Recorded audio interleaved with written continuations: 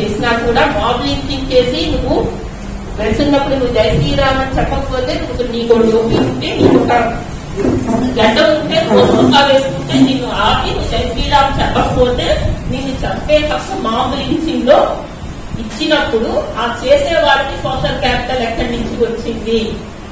అలా చేసిన తర్వాత మాబ్ లించింగ్ అసలు ప్రపంచవ్యాప్తంగా మాబ్ లించింగ్ అంటే మీ అందరికీ తెలుసు. సౌత్ ఏషియాలో మాబ్ లించింగ్ అన్నది చాలా పురాతనమైన సాంప్రదాయం. ఆ సౌత్ ఏషియాలో ఉన్నప్పుడు కూడా మిగతా కొలోనియల్ జాత్యధికార దేశాల్లో ఉన్నప్పుడు కూడా మాబ్ లించింగ్ ని ప్రపంచంలో ఎవరు కూడా జాత్యధికార మాబ్ లించింగ్ ని ఆ క్లాస్ ని అడ్రస్ చేయలేదు, దాన్ని నిర్మూలించలేదు. ఇక్కడ మాబ్ లించింగ్ ని కూడా ఏదైతే కొన్ని హిందుత్వ శక్తులు హిందూయిజాన్ని డిఫేమ్ చేస్తూ హిందూయిజం పేరు మీద హిందుత్వ అన్న ఒక కార్పొరేట్ పొలిటికల్ శక్తిని పుట్టించిన వాళ్ళు పవర్ కోసం వాళ్ళు కూడా మాబ్ లించింగ్ చేస్తున్న క్లాసెస్ ని కానీ కాస్టులు కానీ రిలీజన్ కానీ అడ్రస్ చేయకుండా దాని మీద తూతూ మంత్రంగా కేసులు పెట్టారు. అది ఒక ఎక్స్ట్రీమ్ అయితే ఆ ఎక్స్ట్రీమ్ చివరికి ఏ దశకి చేరుకుంది అంటే చంపినా కూడా you are not answerable to the law of the society. ఇంకా హాస్యాస్పదమైన దురదృష్టకరమైన విచారకరమైన విషయం లాజికల్ ఇర్రేషనల్ ఇష్యూ ఏంటి అంటే ఒకనొకప్పుడు ప్రభుత్వాలు ఏం చేసేది అంటే ఎవరైనా పవర్ఫుల్ వ్యక్తులు ఏదైనా తప్పులు చేస్తే విత్డ్రాయల్ ఆఫ్ ద ప్రాసిక్యూషన్ వేసేవారు. వెంకటేశ్వర కాలం కేసులో శిరోముండనం కేసులో ఆ కేసు స్టార్టింగ్ లో కోటతిరుమూర్తులు ఎమ్మెల్యేగా TDP government withdrawal of the prosecution వేసింది. తర్వాత అది హైకోర్టు ప్రతిష్టంగాడు వెళ్ళిన తర్వాత మళ్ళీ అది వెనక్కి తీసుకున్నారు. అదొక దశ ఉండేది.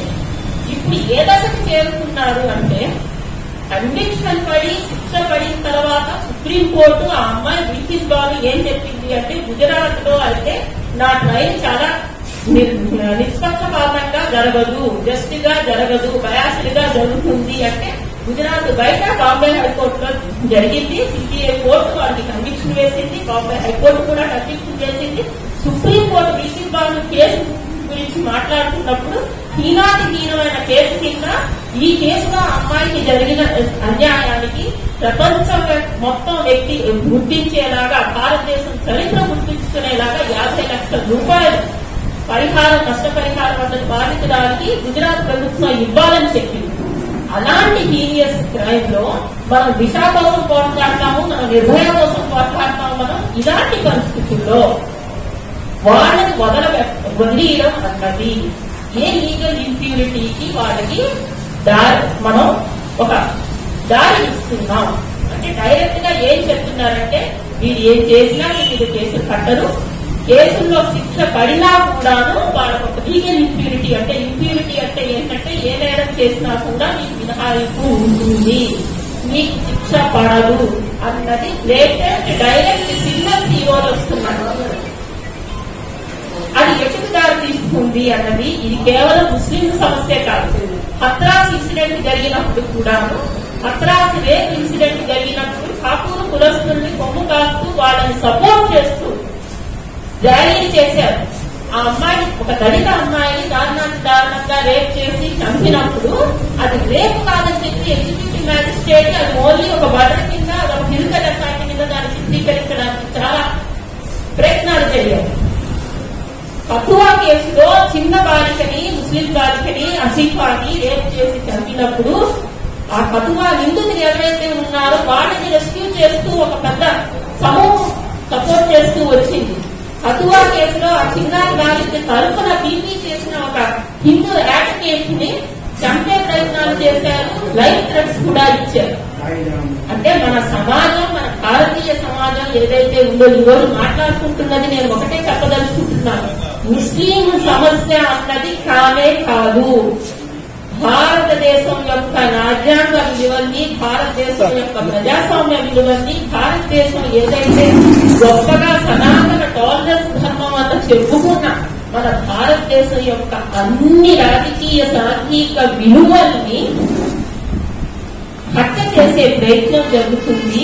ఈ థ్రెట్ అన్నది ముస్లింకి సంబంధించిన థ్రెట్ కాదు. ఈ థ్రెట్ అన్నది భారతదేశం ప్రజాస్వామ్య రాజ్యాంగ విలువలకి థ్రెట్. మనం ఏది చూస్తాం ముస్లిం సమస్యలు అంటే ఇక్కడ మాట్లాడుకుంటూ పోతే ఎక్కడి నుంచి మొదలెట్టాలని అనిపించింది నాకు. ఎన్ఆర్సీ సిఏ నుంచి మొదలు పెట్టాలా, సిటిజన్షిప్ సిటిజన్షిప్ అమెండ్మెంట్ యాక్ట్ తీసుకొచ్చి ముస్లింలు మినహాయించి మిగతా ఏ మతస్థులైనా బంగ్లాదేశ్ నుంచి కానీ, ఆఫ్ఘనిస్తాన్ నుంచి కానీ, నేపాల్ నుంచి కానీ, పాకిస్తాన్ నుంచి కానీ, చుట్టుపక్కల దేశాలు ఏవైతే ఉన్నాయో అక్కడి నుంచి వచ్చిన ఏ ఇల్లీగల్ ఇమిగ్రెంట్స్ శరణార్థులు కూడా అందరికీ కూడా మీరు సిటిజన్షిప్ ఇవ్వచ్చు, ముస్లింలకు తప్ప. నేషనల్ రిజిస్టర్ చార్టర్ కింద ఎన్ఆర్సీ కింద తీసుకొచ్చి ఏదైతే ఈస్టర్న్ స్టేట్ అస్సాంకి సంబంధించిన ఒక ప్రాబ్లం ని వాళ్ళకి ఇల్లీగల్ ఇమిగ్రెంట్స్ తో ఉన్న ప్రాబ్లం ని తీసుకొచ్చి అది భారతదేశానికి ముస్లింలకి నువ్వు ఇక్కడ పుట్టావా లేదా, నువ్వు ఎక్కడ పుట్టావు, నీ ప్రాంతంలో ఇక్కడ ఉండాలా లేదా, నువ్వు అసలు ఇక్కడ సిటిజన్ అవునా కాదా అని చెప్పి తెచ్చిన చట్టం తెచ్చారు.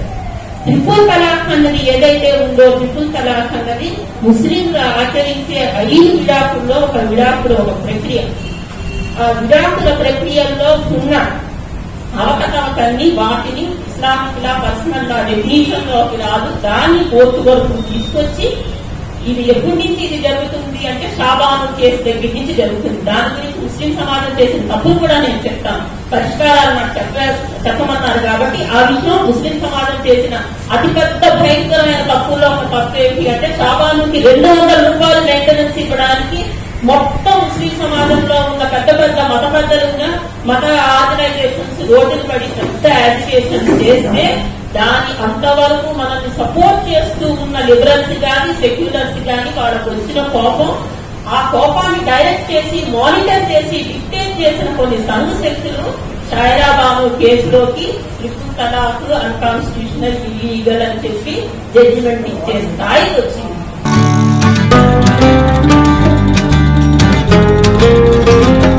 ఇక్కడ ఒక సామూహిక అత్యాచారం జరిగితే ముస్లిం మహిళకి ఆ అమ్మాయి అడగకుండా ఆ అమ్మాయి మీద అత్యాచారం చేసి ఒక ప్రాపర్ ట్రయల్ జరిగి ఆ ట్రయల్ లో నేరం రుజువయ్యి శిక్ష పడిన కన్విక్ట్స్ మట్టుకు రెమిషన్ ఇచ్చేటప్పుడు ఆ అమ్మాయి గురించి, ఆ అమ్మాయి యొక్క ఉద్దేశం కానీ, ఆ అమ్మాయి తరఫున ఒక జస్ట్ కౌంటర్ కానీ తీసుకోవాలన్న ఉద్దేశం ఎవరికీ లేదు. మాబ్ లించింగ్ గురించి మనం మాట్లాడుకుంటాం. నువ్వు ఏమి తింటున్నావు, నువ్వు గొడ్డు మాంసం తింటున్నావా, ఆవు మాంసం తింటున్నావా, నువ్వు లేకపోతే ఇంకేం తింటున్నావు అని వెళుతున్న ప్రతి ట్రైన్లో వెళ్తున్న ఒక మదర్సాకి చెందిన చిన్న వాళ్ళు వాళ్ళ అమ్మ క్యారేజీ కట్టిస్తే అందులో మాంసం ఉంది, గొడ్డు మాంసం ఉందని ట్రైన్ నుంచి తోసి చంపేశారు. ఇంతకన్నా దారుణమైన విషయం ఏంటంటే నిన్న నేను ఒక మెసేజ్ చూశాను. పలస్తీనియాలో ఇజ్రాయిల్ సోల్జర్స్, ఒక సోల్జర్ పక్క ఇజ్రాయిల్ సోల్జర్ పలస్తీనియన్ అనుకుని చంపేశారు. ఇజ్రాయిల్ సోల్జర్ కొన్నాళ్ళ క్రితం మీకు గుర్తుందో లేదో, మహారాష్ట్ర, మధ్యప్రదేశ్ లోనో ఏదో మన నార్థన్ స్టేట్స్ లో ఒక పిచ్చివాడు పేరు ఏమిటి అని అడిగితే ముస్లిం పేరు చెప్పాడు. వాడు జై శ్రీమాన్ అని చెప్పలేదని చెప్పి వాడిని కొట్టి చంపాడు. ఆ పిచ్చివాడు బీజేపీకి సంబంధించిన కార్యకర్త ఎవరో ఒక హిందూ. అంటే ఉన్మాదం ఎటు దారి తీస్తుంది, ముస్లిం సమాజాన్ని గాని, దళితులను గాని, మైనార్టీలను గాని టార్గెట్ చేస్తే యూపీ ఎలక్షన్స్ ముందు మేము 80 వాళ్ళు 20, ఎలక్షన్ 80కి 20కి మధ్య అని చెప్పి స్టేట్మెంట్ ఇచ్చినప్పుడు ఆలోచించవలసిన విషయం ఏంటి అంటే దాని యొక్క పరాకాష్ట, ఆ దారుణాల యొక్క పరాకాష్ట, ఆ కుతంత్రాల యొక్క పరాకాష్ట ఎందుకు వెళ్తుంది అంటే చిన్న ఎగ్జాంపుల్.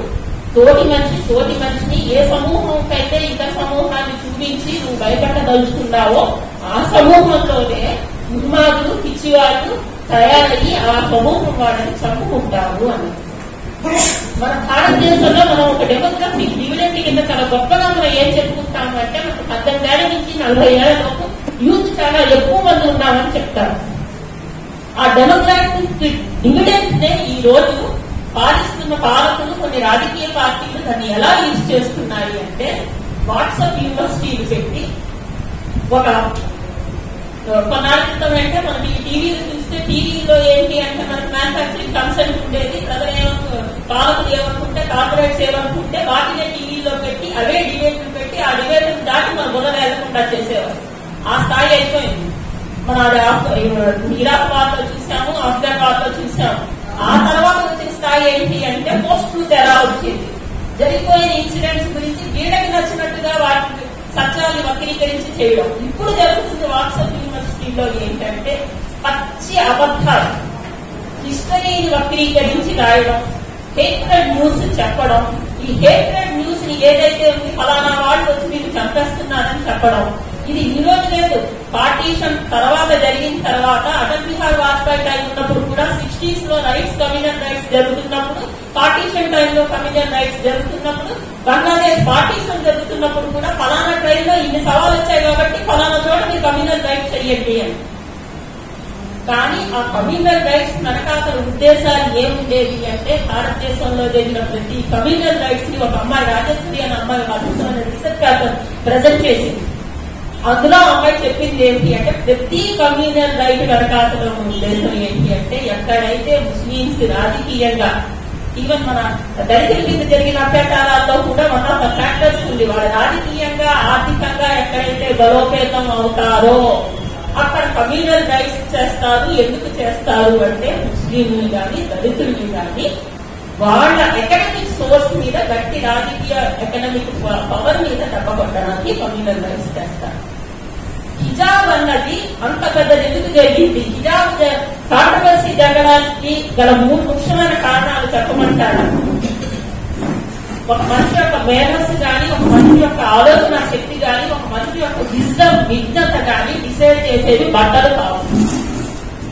గాంధీ గారిని అతను ఒక తుమ్ముకుంటానా ఒక చిన్న ఇది కట్టుకొని సౌత్ ఆఫ్రికాలో వస్తే రానివ్వలేదు. అది మన చరిత్ర పాఠాల్లో రాసుకుంటాం. నా డ్రెస్ నా మెంటాలిటీని కానీ, నా వ్యక్తిత్వాన్ని కానీ, నా విజ్డమ్ని కానీ డిసైడ్ చేయదు అని.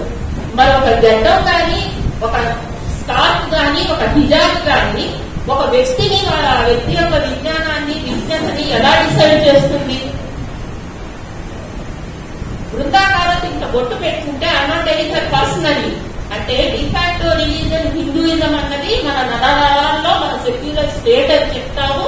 ఈ సెక్యులర్ స్టేట్ లో మనకి ఎంతగా పాటిపోయింది అంటే, కమ్యూనిస్ట్ గా మాట్లాడుతున్నప్పుడు మనం బొట్టు పెట్టుకుని గాలి వేసుకుని మాట్లాడితే అది ఫెమినిజానికి సంబంధించింది. లిబర్టీ ఏది వేసుకోవాలో ఏది వేసుకోకూడదు అనేది ఫెమినిస్ట్ ఒక ఆడదాని యొక్క స్వాతంత్రం కింద తీసుకొని సోషల్ యాక్సెప్టెన్స్ ఇచ్చినప్పుడు, స్కార్ఫ్ కట్టుకుని హిజాబ్ కట్టుకుంటే, నేను 2002 తర్వాత ఇది నేను కట్టుకుంటే, అంతకుముందు నేను గ్లోబలైజేషన్ గురించి మాట్లాడితే జడ్జెస్ దగ్గర నుంచి, లాయర్ల దగ్గర నుంచి అందరూ వచ్చి నువ్వు తాలిబన్వా, నీకు దేశభక్తి లేదా, నువ్వు అది ఎందుకు పట్టుకున్నావు, నువ్వు ఇండియన్ కాదా, భక్తి ఇప్పుడు ఎందుకు, 60 ఏళ్ల తర్వాత రావచ్చు కదా అంటే, ఒక గుడ్డలుగా ఒక స్కార్ఫ్ నీ వ్యక్తిత్వాన్ని, నీ దేశభక్తిని ఎందుకు డిఫైన్ చేస్తుంది? Is it not a criminalization of a particular community? కర్ణాటకలో హిజాబ్ వ్యవహారం రావడానికి SDPO అన్న ఒక పార్టీ ఏదైతే ఉందో ఆ పార్టీ యొక్క ఫ్రంటల్ ఆర్గనైజేషన్స్ ఉన్నాయి. ఆ ఫ్రంటల్ స్టూడెంట్ ఆర్గనైజేషన్స్ ఆ కాలేజీలో గెలిచాయి. గెలిచినప్పుడు అవి RSS ని ఛాలెంజ్ చేశాయి అని చెప్పి మొత్తం స్టేట్ గవర్నమెంట్ చేత ఎడ్యుకేషన్ పాలసీ కింద ఒక జీవో ఏమైనా రిలీజ్ చేస్తున్నారు అంటే, స్కార్ఫ్తో రాకూడదు అని.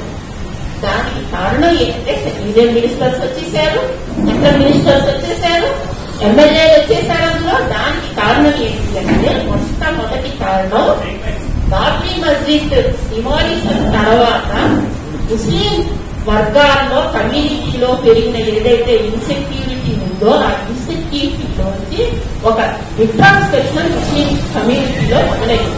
ఆ ఇంట్రాస్పెక్షన్ భావం ఏంటి అంటే, ఆడపిల్లల్ని చదివించాలి, చదువు అన్నది ముఖ్యం అన్నది. First generation of degree students కర్ణాటకలో విద్యార్థి వేసుకోవడం 2000 నుంచి రావడం చూశారు. అది ఎప్పుడైతే పెరిగిందో దాన్ని అటాక్ చేయడానికి, ఆ లిటరసీ అమాంగ్ ద ముస్లిం కమ్యూనిటీని అటాక్ చేయడానికి హిజాబ్ వ్యవహారం వచ్చింది. అంటే criminalisation of the education of a particular society. Criminalisation of mask ఎలా చేశారో చెప్తున్నాను. ముస్లింలు ఒక 10 మంది 100 మంది ఉంటే ఒక మసీద్ కట్టుకుంటారు. ఆ మసీద్ కట్టుకుంటే ఆ అదా డిస్టర్బింగ్ ఉందని చెప్పి, ఆ అదా అన్నది అవతల వాళ్ళని డిస్టర్బ్ చేస్తుందని, ఆ మసీదుల్లో AK-47లు ఉన్నాయని రూమర్స్ అన్నమాట తీసుకొచ్చి ఆ మసీదుల మీద అటాక్ చేయడం. జ్ఞానవాపి మసీద్ గురించి కాశీలో ఏదైతే ఒక వివాదం కాశీ మొదలయ్యిందో, అతను ఏం చెప్తున్నాడంటే, ఆ పీఠాధిపతి హిస్టరీలో ముస్లిం రూలర్స్ చాలా టెంపుల్స్ ని డిస్ట్రక్ట్ చేశారు, మసీదులు కట్టారు. కాబట్టి ఇప్పుడు ముస్లింస్ ఈ జ్ఞానవాపి మసీదుని మాకు హ్యాండ్ ఓవర్ చెయ్యాలి. అక్బర్ రోడ్డు పేరు మార్చడం, భవన్ల పేర్లు మార్చడం, ఊర్లు పేరు మార్చడం, ఇవన్నీ ఏంటి అంటే 800 సంవత్సరాలకి పూర్వం, బ్రిటిషర్స్ పీరియడ్ కి పూర్వం, ఒక మధ్యయుగాల కాలంలో ఒక మొనార్కులు చేసిన, ఒక రాజులు సామ్రాట్టులు చేసిన ఏవైతే యాక్షన్స్ ఉన్నాయో వాటికి 21st సెంచరీలో ఒక ప్రజాస్వామ్యంలో ముస్లింలకు ఆన్సర్ ఇవ్వాలి. హాస్యాస్పదంగా లేదా? నువ్వు ఆన్సర్ ఇవ్వాలి. వాడెవడో అయోధ్య జడ్జిమెంట్ వచ్చినప్పుడు మీ అందరికీ తెలుసు, అయోధ్య జడ్జిమెంట్ అన్నది ఎక్కడా కూడా archaeological survey of India report ఇచ్చిందని చెప్తున్నారు, కానీ there is no proper evidence to say that అక్కడ రాముడు పుట్టాడన్నది లేదు. సుప్రీం కోర్టు జడ్జిమెంట్ లోనే ఏంటి రాశారంటే, because the most of the majority of the Hindus of this country believe that lord Rama had born in that place, కాబట్టి at the basis of belief ఇచ్చేయండి అని. అంటే రేపటి నుంచి టైటిల్ సూట్స్ అన్ని కూడా ఈ ఇల్లు నాది, ఇల్లు నాది, ఇంటి కాగితాలు నాకున్నాయి, నా ఇల్లు నాకు డిక్లేర్ చేయండి అంటే కాదు, అక్కడ 100 మంది వాళ్ళనుకుంటున్నారు, ఈ మనం డిక్లేర్ చేస్తామా? అలా అంబానీ అదాని టైటిల్ సూట్స్ చేయమని డైరెక్ట్ గా బేస్డ్ జడ్జిమెంట్ బేస్ చేసుకొని అదొక సాంప్రదాయం లీగల్ ప్రెసిడెంట్ గా తీసుకొని, అంటే కోరుకుంటున్నది ఏంటి అంటే వెజాటేరియన్ సెక్షన్ ని మాబ్ లించింగ్ యొక్క సూత్రం ఏంటి అంటే అప్పటికప్పుడు వచ్చే స్పాంటేనియస్ యాంగర్ ఏదైతే ఉంటుందో ఆ స్పాంటేనియస్ యాంగర్ ని మైనార్టీని పూర్తిగా చూపించి, నాది కాలంలోనూ అలాగే జరిగింది, చూపించి వాళ్ళ మీద అంటే ఫేస్లెస్ అనామకుల పర్సన్స్ చేత దాడి చేయిస్తారు. అది ఒక అనామక దాడి. అది పాకిస్తాన్ లో ముస్లింలు మైనార్టీ మీద చేసిన, ఇండియాలో హిందువులు ముస్లింల మీద చేసినా కూడా మాబ్ లించింగ్ అనేది ఏంటంటే ఒక అనామక ఫేస్లెస్ దాడి, ఒక క్రూరత్వం. అది దానికి ఒక మిలిటెన్సీ ఉంటే, ఇప్పుడు మెంటల్ మిలిటెన్సీని వారియర్స్ కింద నీ మనసు మీద, నీ ఆలోచన శక్తి మీద, నీ భావాల మీద ఒక దాడి చేసి మిలిటెంట్స్ కింద తయారు చేస్తున్నారు యూత్. ఆ మిలిటెంట్స్ కింద తయారు చేసినప్పుడు మనం బతుకుతున్న ఈ కన్జ్యూమరిస్టిక్ సొసైటీలో, మార్కెట్ విలువలో ఉన్న సొసైటీలో, మనిషికి మనిషికి మానవ సంబంధాలు ఇంట్లోనే లేని సొసైటీలో మీరు ఒక బేస్లెస్ మిలిటెంట్స్ ని తయారు చేస్తే అది ముస్లింల మీద, మైనార్టీల మీద, దళితుల మీద అయిపోయిన తర్వాత మళ్ళీ 80:20 అని అడిగితే అది ఎవరి మీద ఎవరికి పెరుగుతుంది? ఇరాక్ వార్ జరిగిన తర్వాత, ఆఫ్ఘన్ వార్ జరిగిన తర్వాత యుఎస్ లో అక్కడ యుఎస్ గవర్నమెంట్ ఏదైతే యూత్ ని తీసుకెళ్లి వాళ్ళ అన్రెస్ట్ ని, అక్కడ ప్రజల యొక్క అన్రెస్ట్ ని, వాళ్ళ పాలకుల ఫెయిల్యూర్స్, ఎకనామిక్ పాలసీస్ ని మాపు చేయడానికి వీళ్ళందరినీ ఆర్మీలో ఎలా తీసుకెళ్లిందో, తీసుకెళ్లిన తర్వాత వాళ్ళు అక్కడ ఎక్సర్సైజ్ చేసి వచ్చిన తర్వాత వారు అయిపోయిన తర్వాత ఇంట్లో ట్రెంచ్ని కప్పుకొని పడుకోకుండా పిచ్చివాళ్ళు అయిపోయి, వాళ్ళు హిస్టారిక్ అయిపోయి, డిప్రెస్ అయిపోయి వాళ్ళు ఏమయ్యారు అన్నది ఒకసారి మనం చదివితే భారతదేశం యొక్క యూత్ని ఎటు పక్కన తీసుకెడుతున్నాం. ఇది ముస్లింలతో ఆడిపోలేదు. ఎన్ఆర్సీఏ తీసుకొచ్చారు, సిఏఏ తీసుకొచ్చారు. సిఏఏ దేనికి రిప్లేస్ కాదు. జర్మనీలో నాజీ కాలంలో సేమ్ అలాంటి చట్టమే వచ్చింది. అదర్ దాన్ని ఎవరైతే చూస్తున్నారో వాళ్ళు వాళ్ళ సిటిజన్షిప్ ని నిరూపించుకోవాలి. 30s లో వచ్చిన చట్టమే అది, 1930s లో. దాని రిప్లికా ఇక్కడ తీసుకొచ్చారు. ఇంకా మన ముస్లిం పరిస్థితుల గురించి చెప్తే, నేను డేటా మీకు చెప్తే, సచార్ కమిటీ రిపోర్ట్ కన్నా ముందు ఏంటి అంటే డాక్టర్ గోపాల్దాస్ కమిటీ రిపోర్ట్ అని ఒకటి 1980s లో పెట్టారు.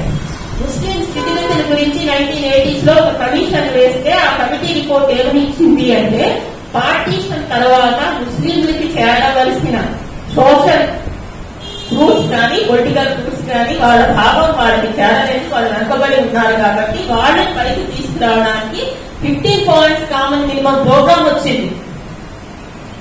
అంటే రూజ్వెల్ట్, ఇందాక నేను చెప్పానో లేదో, రూజ్వెల్ట్ ఏమని చెప్తాడు అంటే, ఒక డెమోక్రసీ యొక్క విలువల్ని చూడాలి అంటే ఆ ప్రజాస్వామ్యంలో మైనారిటీ పొందే రక్షణని చూడండి.